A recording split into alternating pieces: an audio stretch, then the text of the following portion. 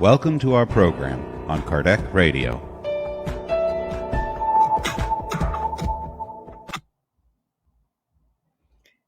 Hello, dear friends, and welcome to our weekly program on the book Genesis. We're discussing the second part on miracles, and we are now in chapter 14, which is entitled Part 2, which is entitled Explanation of Certain Phenomena Reputed to be Supernatural. And last week we spoke about spirit or psychic side, second side, somnambulism, and dreams.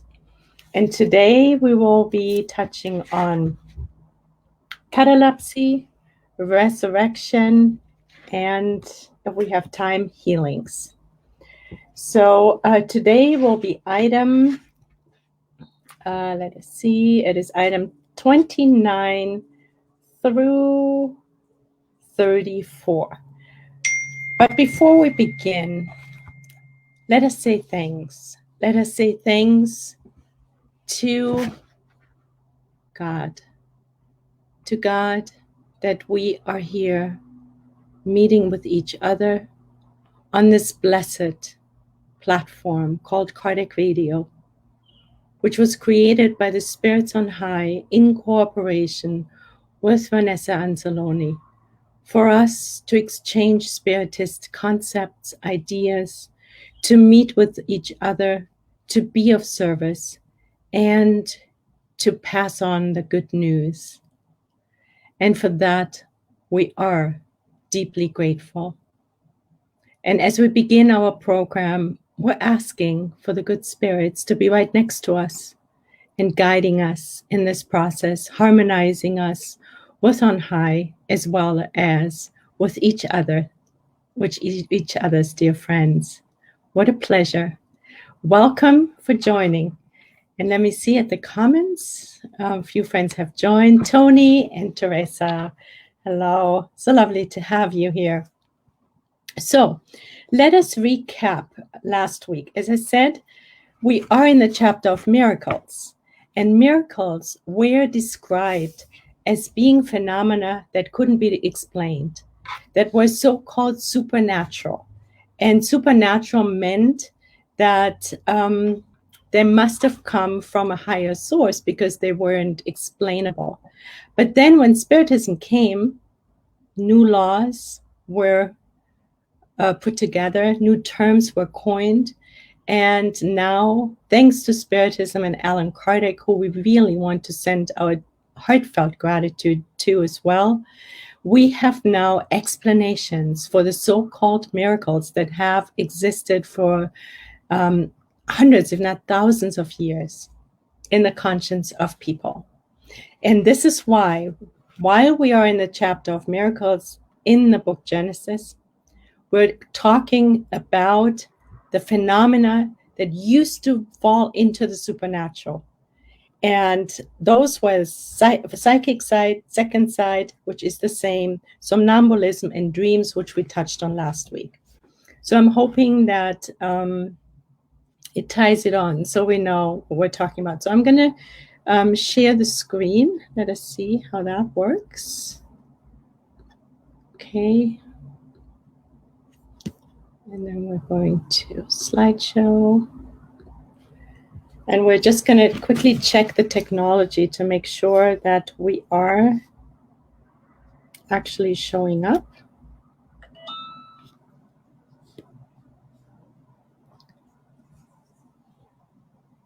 Yes, it looks good, dear friends. All right. So what we did in order to help in the summary, we actually also consulted the Spirits book.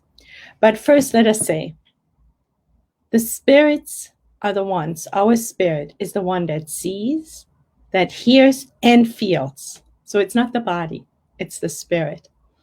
And the spirit sees, hears, and feels in its entire being. So the seeing and the hearing and the feeling is not localized. And it happens within the perispiritual fluidic radiation. Remember last week we learned that our perispirit is not as dense, is not only the shape of our physical form, but it actually radiates out. So the perispirit is the conductor to the body, because ultimately, as long as we're incarnated, we do feel it in the body too, but it is actually the spirit that feels and then sends it then to the body and vice versa. The second side, dreaming, somnambulism, all of this is one and the same thing, right? So it is different terms for for the same phenomena. However, as soon as we're going into somnambulism, we will see that there is a little difference, and that is the one that during somnambulism we're asleep, whereas during spirit or psychic side or second side, we are awake. We're just in a little bit of an altered state, but we are awake. So somnambulism comes in a natural form, so to speak, and a magnetic form. The natural is the spontaneous somnambulism. The magnetic one is induced through magnetism. But that is just as an aside, so we don't need to focus on that. If you want to read more about it, the Spirits book is fantastic in that. And so somnambulism is a widely known occurrence. So it is not something that is rare and specific to certain people necessarily. So it's widely known. Both spirit side and somnambulism do not have a determined seat. So again, there is no particular organ through which we see. Not like in our physical form where it is the eyes only that can see. It's the only organ that we can see through, right? But in somnambulism, it's not localized. Both in somnambulism and dreams, the soul wanders through the terrestrial worlds. So the tie to the body is loosened. However, the perispirit is, of course, still connected. The soul and the perispirit is still connected to the body through a thread, but the soul wanders through the terrestrial worlds. In the state of ecstasy, which is yet another state, the soul enters unknown worlds of ethereal spirits. So there the soul wanders even further.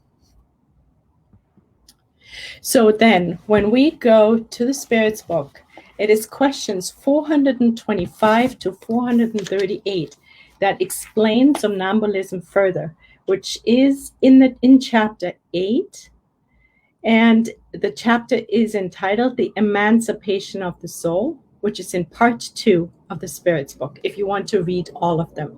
Now, what we did is we just picked out some answers without giving the questions.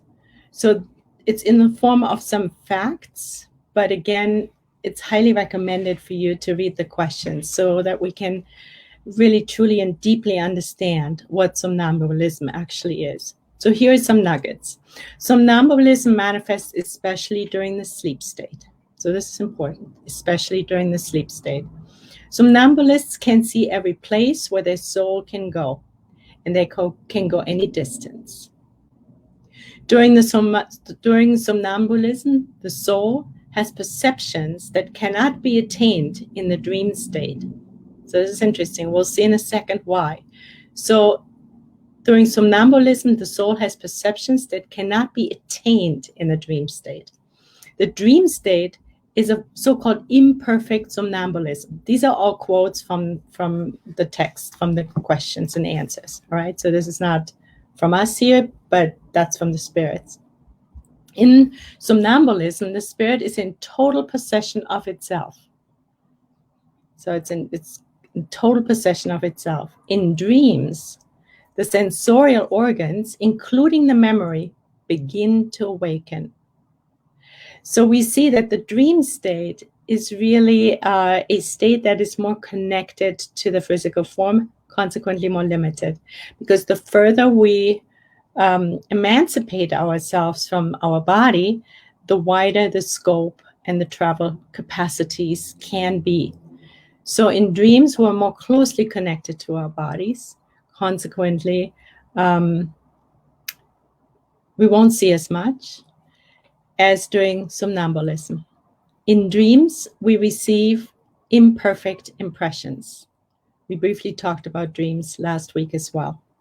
Sometimes we have visions that are just mixed images and they're illusions.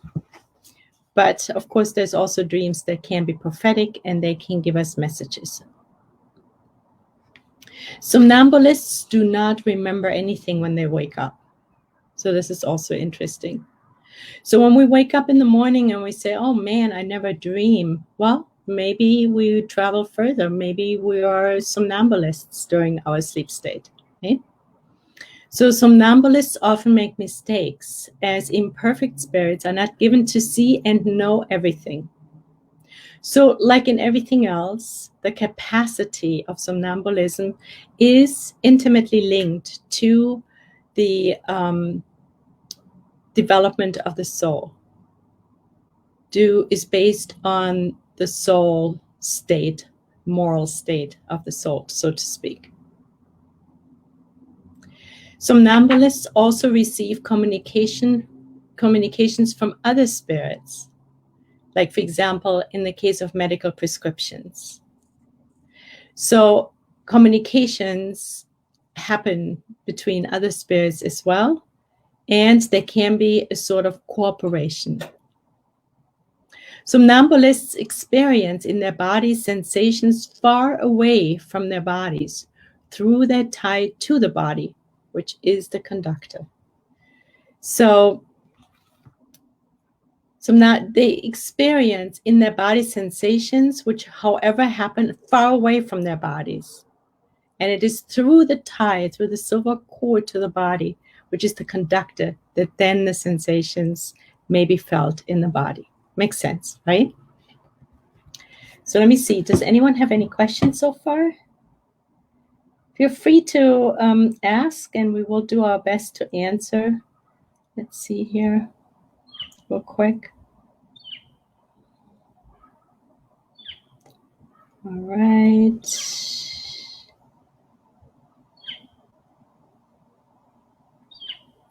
No. Okay. All right. That sounds good.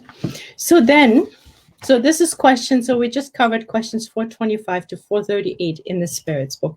In addition and including what we studied last week. So then there is the state of ecstasy, which also falls into this so-called supernatural state, which is now no more because now it can be explained. And that's now questions 439 to 446 in the Spirits book. And here is again some pieces of information. Ecstasy is a more refined type of somnambulism. The soul goes to higher realms, higher than during somnambulism. All right, so this is interesting, right? The soul even travels further. Ecstatics can be mistaken quite frequently as well, particularly when they want to grasp what must remain a mystery for humankind. So the minute there's this desire to calcify it, then it can get distorted. And because our perceptions are always linked to where we are in our developmental state, right? Ecstasy is a state in which the independence between the soul and the body is expressed in the most sensitive way. So the more highly evolved we are, the more likely we will experience ecstatic states during our nighttime, during our sleep. All right. Again, you're invited to look at the questions more deeply. So what we also studied last week was then the second side, the psychic side, and which is the same. So the side of the soul beyond the limits of our normal senses is called the second side or psychic side. The spirit is in a state of greater freedom during the second side phenomena. The body, however, is not asleep. So this stands in contrast to somnambulism, all right, and ecstasy. So this is really important to note that during our second side, let's just see where it is. Yeah. Spirit side, psychic side, and second side. During that phenomena, we are awake. The eyes become hazy, they're looking without seeing. The faculty is permanent, however, the ability is not, because we need to be tuned in. We need to be available to practice it. The Wi-Fi, so to speak, has to be connected, right? Second side is mostly a spontaneous development, but the will can play a large role. So if we're really wanting to, this is our deep soul-filled desire, and we apply our will in that direction, and we know that the will is the boss of the mental departments, of all our mental compartments, right? It's just like the boss of a large corporation. If we employ our will in that direction, then we can develop second side as well. Second side can be developed through effort and repetition, through practice as well.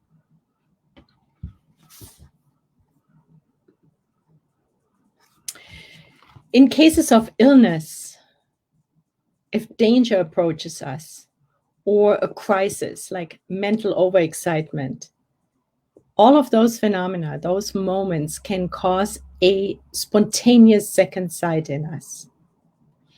And it is, of course, because then our connection to our physical bodies are looser or a little more detached, right?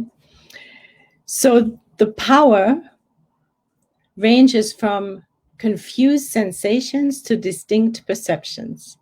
So depending on how experienced we are, how much we want to practice it, what the moral state, our soul developmental state is, all of that plays into whether we're just getting some hazy sensations or whether we get distinct perceptions when we apply our psychic side. So we may be given the ability to evaluate another person's moral standing instantly, for example. That is possible. And the more the faculty of psychic second or spirit side is developed, the more the faculty allows presentiments. It's when we can see occurrences in the future, so to speak. So then in the Spirits book, question 455, you may want to make a note of that, is a fantastic theoretical summary of somnambulism, ecstasy, and second side. And the summary at the end says that somnambulism, ecstasy, and second side are no more than varieties or modifications of effects arising from the same cause. So we'll say that again.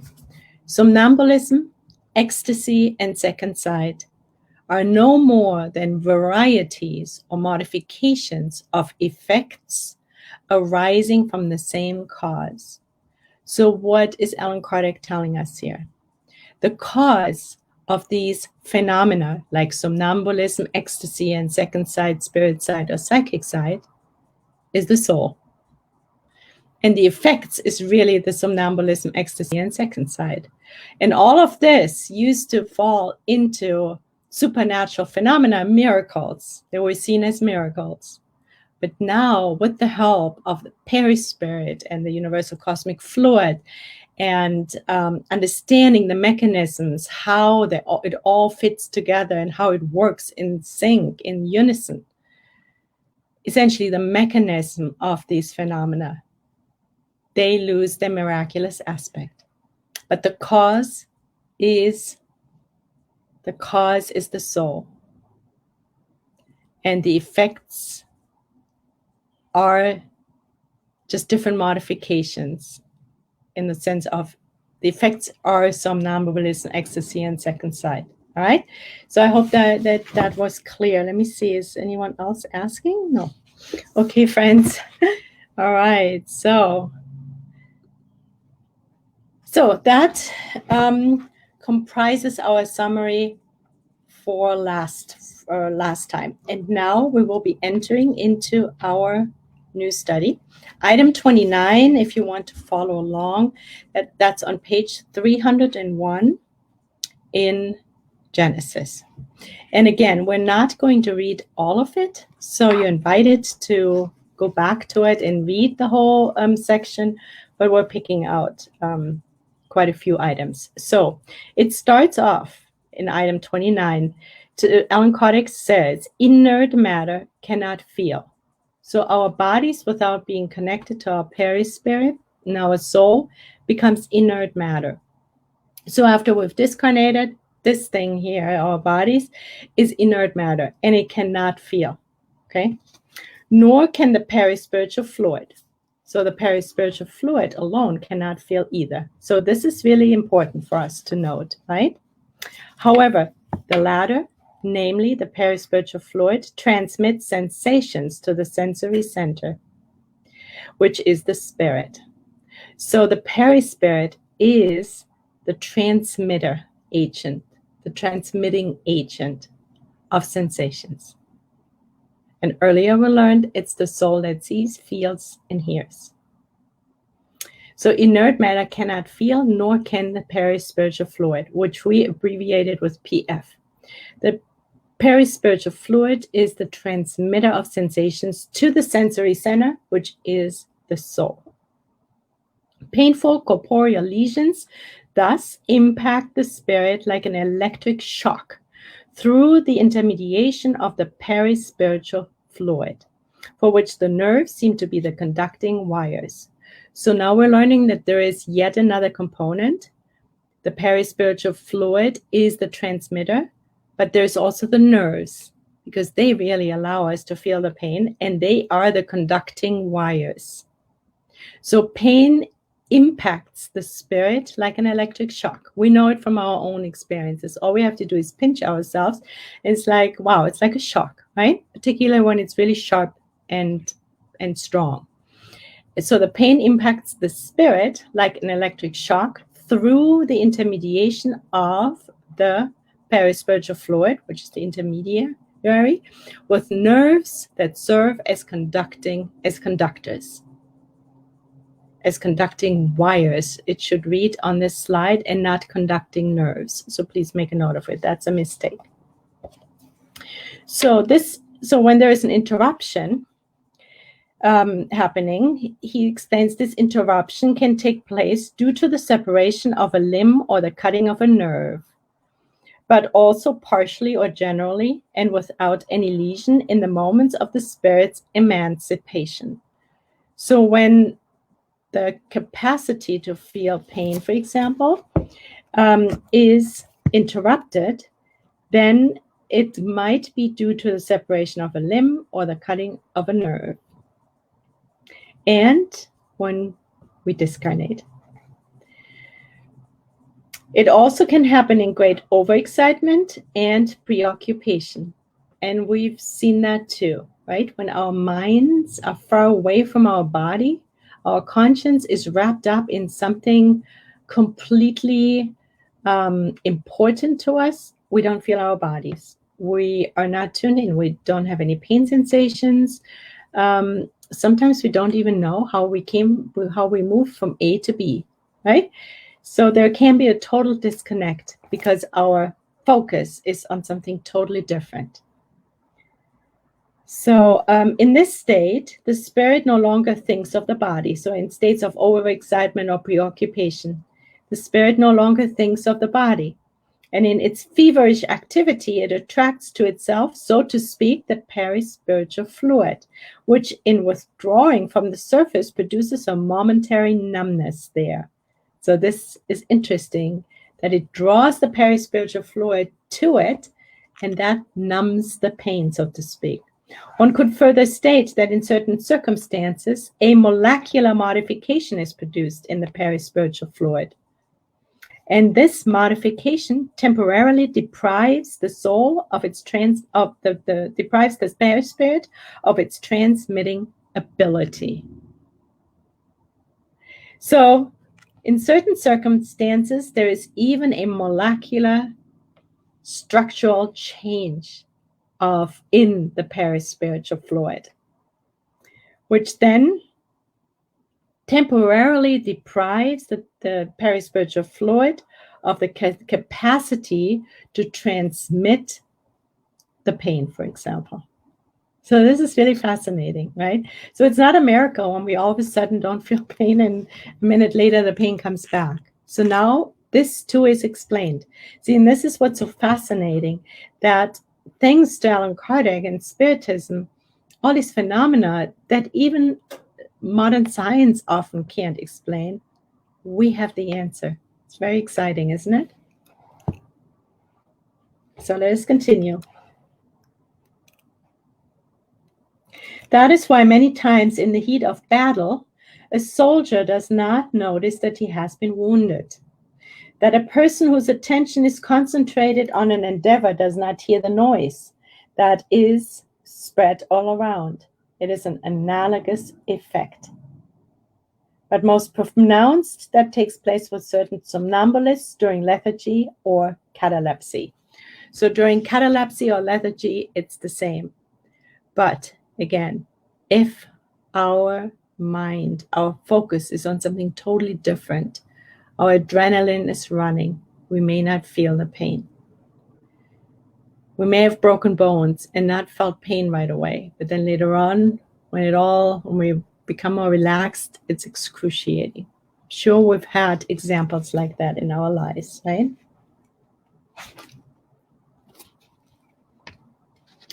So the definition of catalepsy, it occurs in a variety of physical and psychological disorders. And it is characterized by lack of response to external stimuli, muscular rigidity, and fixity of posture, so that the limb remains in whatever position they are placed. Now, this definition is not from Genesis. I just pulled it out from the internet, from a medical journal, so we understand the word catalepsy from a medical perspective a little bit better. So it's a condition that occurs when there is varieties of physical and psychological disorders where there's lack of response to external stimuli. There's muscular rigidity, or you move a limb and then it stays that way, right? But now we understand that it is the phenomena of the perispiritual fluid not operating as a conductor anymore, because of extreme focus on something else, or shock, or maybe a severing of a limb at that very moment.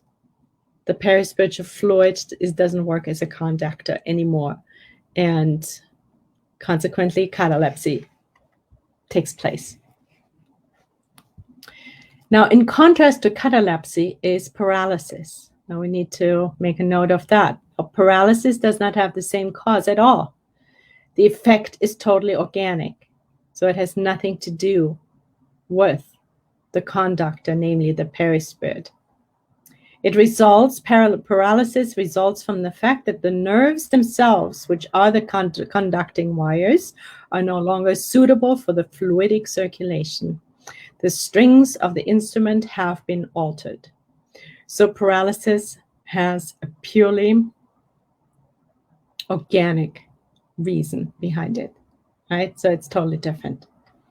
It doesn't fall into these so-called, they used to be coined, supernatural phenomena.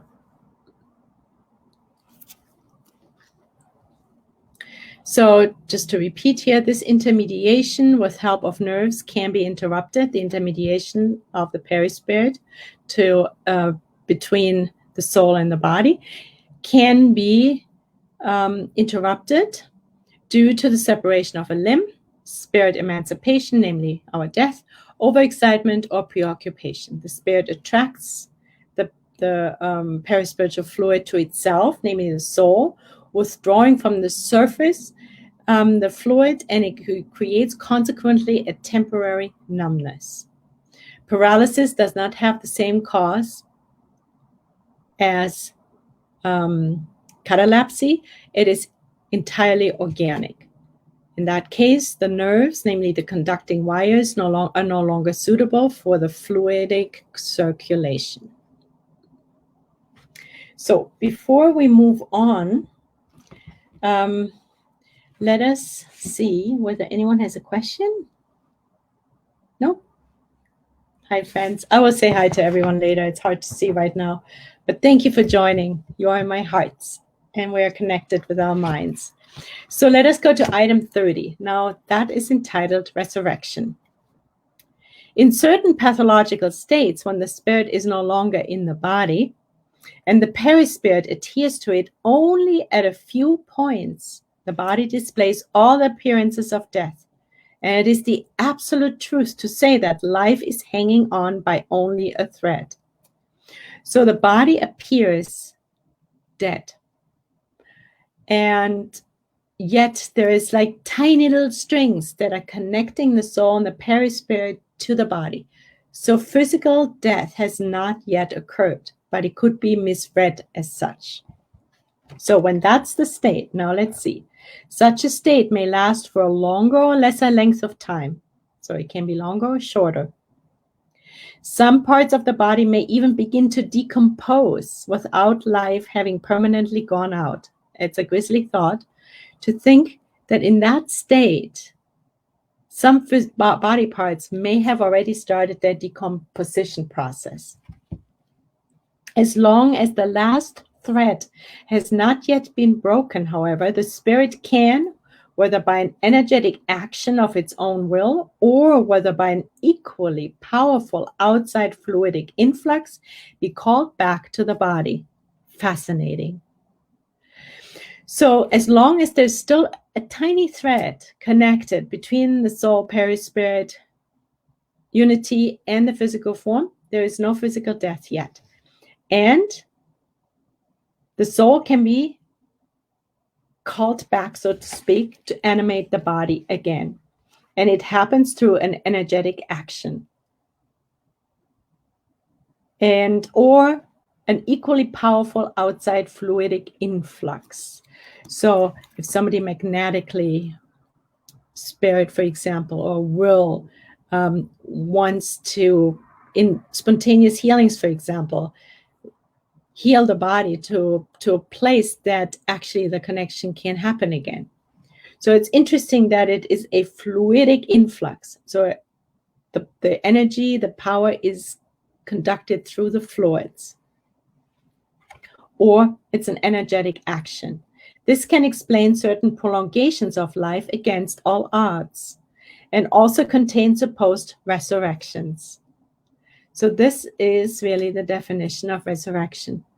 When the body appears dead, but there's still a thread that connects it to the perispirit and the soul, and then through an energetic action or a powerful outside fluidic influx, all of a sudden there's like a jolt, and the connection gets strengthened again, and life gets prolonged. It is like a plant that sometimes sprouts from only a sprig of a root. Nevertheless, when the last molecules of the fluidic body, namely the perispirit, have disengaged from the corporeal body, or when the latter, the corporeal body, is in an irreparable state of decay, any return to life becomes impossible. So that explains these so-called miraculous resurrections. All of a sudden, this body appeared. Oh, do you remember there was a time, I don't know when it was in our evolution of the earth and our human evolution, where they put little bells in graves because they didn't have machinery, monitors back in the old days. And they thought sometimes that somebody had passed on, had died. They put them in the grave, into the grave, and all of a sudden, the person would be moving again and appear live. That is a situation like that. So they put these little bells into the graves so that the person who may wake up then can ring it and be dug up again. So it makes sense, right? So to rehash, in certain pathological states, the spirit no longer is in the body, and the perispirit, however, adheres to the body by a few points still. The state varies in length. Some body parts may have already started their decomposition, but as long as the last thread of connection has not been broken, the spirit can, through energetic actions of its own will, or through equally powerful outside fluidic influx, be called back to the body. That is the summary of resurrection. And this may explain the prolongation of life against all odds in certain resurrections. It might also explain the near-death experiences, right? If we think about that, where people seem to have died and then they come back with all kinds of stories or with instantaneous healings. There's a lady, Moriani, I forget her first name. She was dying of cancer, and she essentially checked out and then came back completely healed, completely. So I forget her name, Moriani. Anyway, I can post it later if you like. All right, so any questions? See? No. Okay, you guys, I hope it's all clear.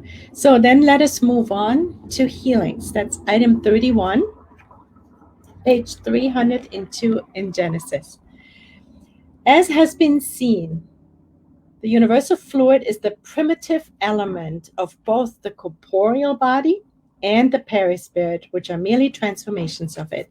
So in other words, Allan Kardec reminds us, it's beautiful how he starts every item with a little summary that is important for that item. He reminds us that the universal cosmic fluid is the primitive element, and it's constituents of both the corporeal body and the perispirit. So in other words, the corporeal body and the perispirit are modifications of the primitive element of the universal cosmic fluid.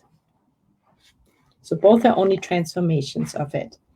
But its very nature, by its very nature, this fluid, namely the universal cosmic fluid, condensed in the perispirit, can supply reparatory elements to the body.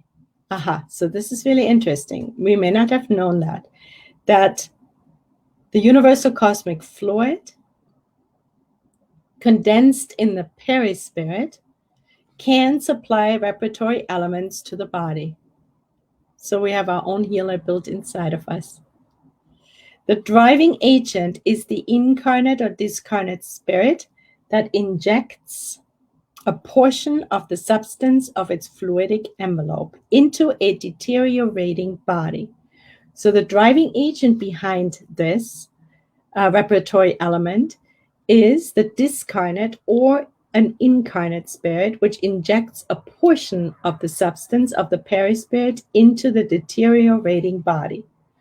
So, for example, if one of you is suffering from a certain illness, and so God willing, and your will is aligned, and you're completely aligned and have this desire and the faith to continue the life in the healed fashion, it can be willed that a portion of the perispirit, the substance of the perispirit, can be injected into the organ, for example, that is ailing.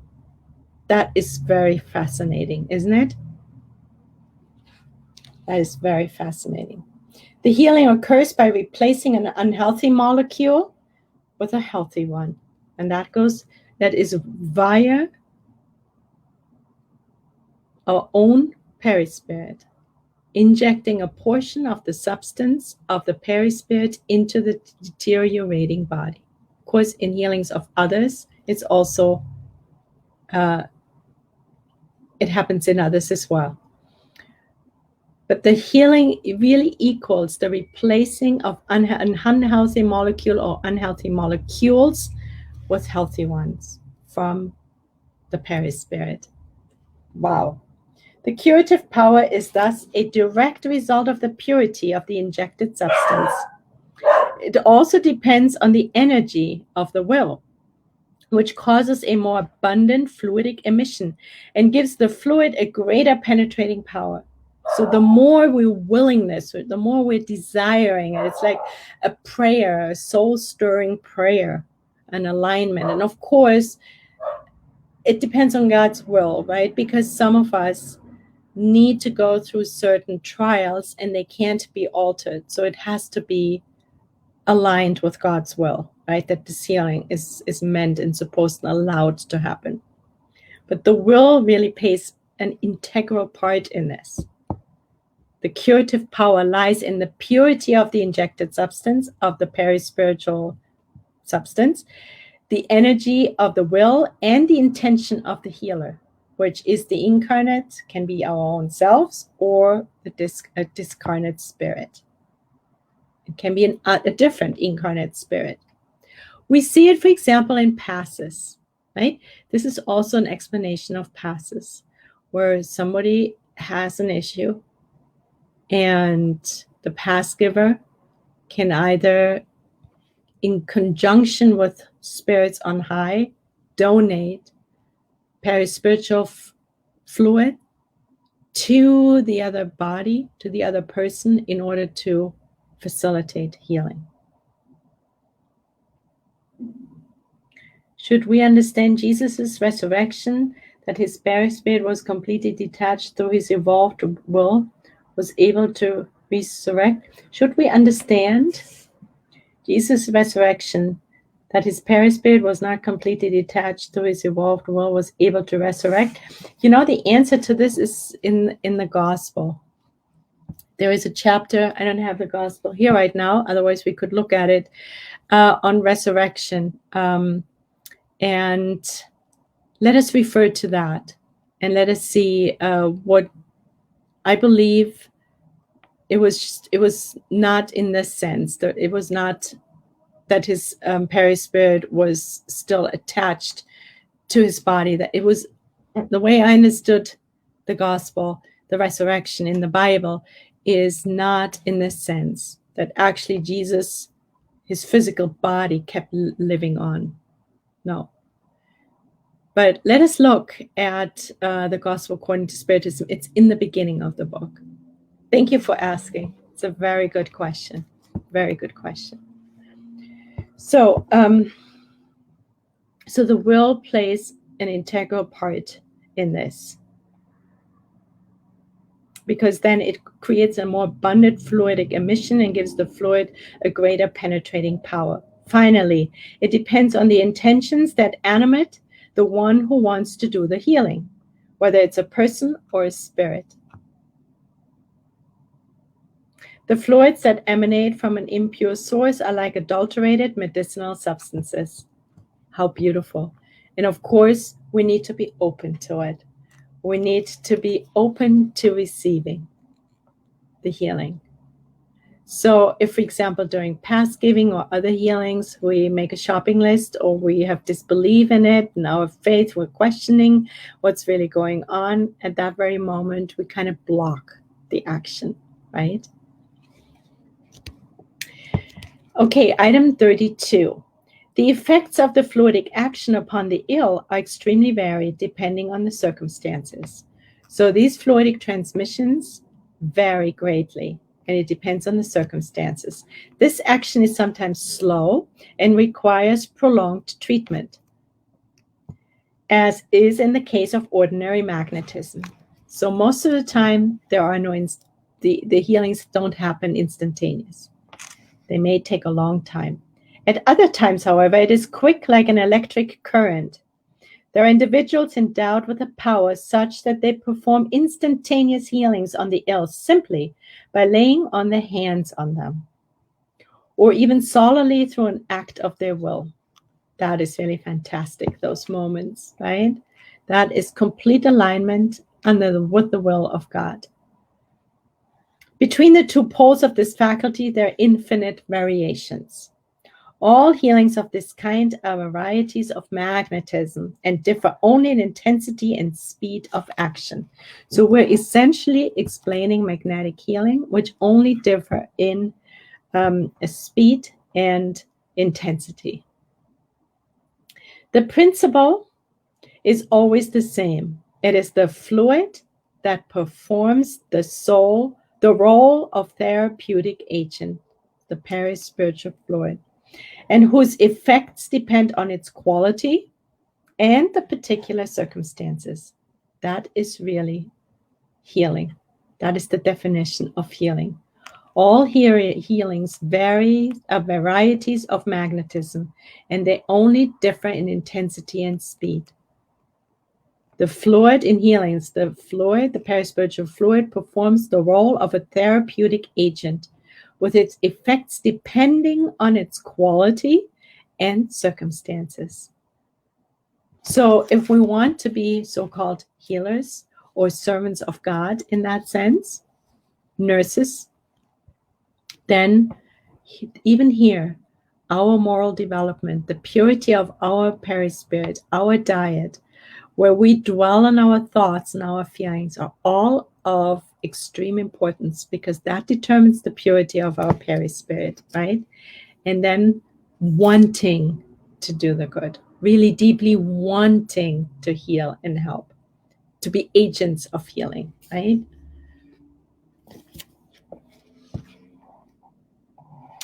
Okay, let us go to item 33. The magnetic action can be produced in several ways. Now we have 3 different ways that this magnetism, this healing can happen. Number 1, by the magnetizer's own fluid. This is magnetism per se, or human magnetism, whose action depends on the power and especially the quality of the fluids.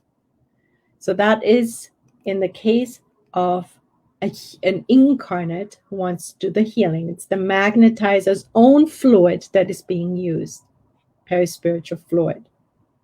The second one is by the fluid of spirits, acting directly and without intermediary upon an incarnate, whether to heal or lessen some kind of suffering, whether to bring about spontaneous somnambulistic sleep, or to exert any physical or mental influence on the individual. This is spirit magnetism, whose quality is the direct result of the qualities of the spirit. So the second one is when the fluid of spirits or a spirit is acting directly and without intermediary of an incarnate upon an incarnate. And that is coined spirit magnetism, and it depends now on the quality of the spirit's perispirit. We read that in André Louise's books, how often spirits intervene in our lives, in the incarnates' lives, by magnetizing, giving them influxes of their perispirit, of their fluids. And it usually induces a prayer or helps with healing or changes people's minds. It's happening all the time. And let us be grateful for that and be open to these changes. And we may have experienced them in our own lives when one day we just don't feel good and we pray and all of a sudden everything changes. That's what prayer is for too. So we can invoke those spirits who help with their perispiritual fluid to take away emotional pain, physical pain, or whatever it is that needs shifting. So now the third version is the magnetic action is by the fluids that spirits pour out on the magnetizer, who serves as the conductor. So that's, for example, in the case of passes, right? That will be the pass giver. The magnetizer will be the pass giver. So the spirit works through the magnetizer on an incarnate. This is mixed or semi-spirit magnetism, they call it. Or, if preferred, spirit-human magnetism. Combined with the human fluid, so combined with the magnetizer's perispiritual fluid, the spiritual fluid gives it the qualities it lacks. In such circumstances, the participation of spirits is sometimes spontaneous, but more often it's brought about at the request of the magnetizers. So in this spirit-human magnetism, this so-called spirit-human magnetism, the fluids come from a spirit, and it pours it out on the magnetizer, which, say, is an incarnate, who is the conductor. And then the spirit fluids and the magnetizer's fluids, they get mixed. And so the human and the spirit fluids get combined. And it can happen sometimes spontaneously, but is more often brought about at the request of the magnetizer. So, for example, the pass giver might make that request. So we have 3 different ways of magnetic action that may bring about healing. And that is, one is the magnetizer's fluid. That means the one who does the hands-on healing, so to speak, gets injected into the one who requires the healing. The second one is when the spirit's fluid works on the incarnate and purifies its perispiritual fluid and helps with healing. And the last one is where the fluids of a spirit goes to the magnetizer, and the magnetizer works as an intermediary between the spirit and the incarnate who is looking for healing. So now let us go to item 34, which is the last one. The faculty of healing via fluidic influence is very common.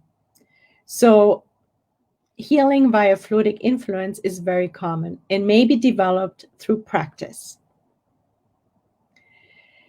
But instantaneous healings through the laying on of hands is rarer, and possessing it to the highest degree may be regarded as exceptional. So we're kind of like projecting ourselves forward, because we will be talking about the so-called supernatural acts that Jesus performed, the so-called miracles, right? So they were, in many cases, most cases, instantaneous. So that's very rare. So, but we're understanding the mechanism now that's behind it, right? So this is important that we keep in mind all of what we're working our way, digging our way through, all the theoretical knowledge, so that later on we'll be, that's what's going on in this case, and this is the mechanism behind this case when we look at Jesus' so-called miracles, right? So to say it again, instantaneous healings through the laying on of hands is rarer, and possessing it to the highest degree may be regarded as exceptional. We're not surprised that Jesus had that faculty, because he was exceptional. Nonetheless, in many ages and amongst nearly all cultures, individuals appeared who possessed it to a high degree. In these latter times, many noteworthy examples have appeared whose authenticity cannot be contested. Since healings of this kind rest on a natural principle, right? So it's not supernatural, it's natural because it can't be explained. It falls under the law of God, under natural law. So again, since healings of this kind rest on a natural principle, and since the power to perform them is not a privilege, it follows that they do not operate outside of nature, and they are miraculous in appearance only.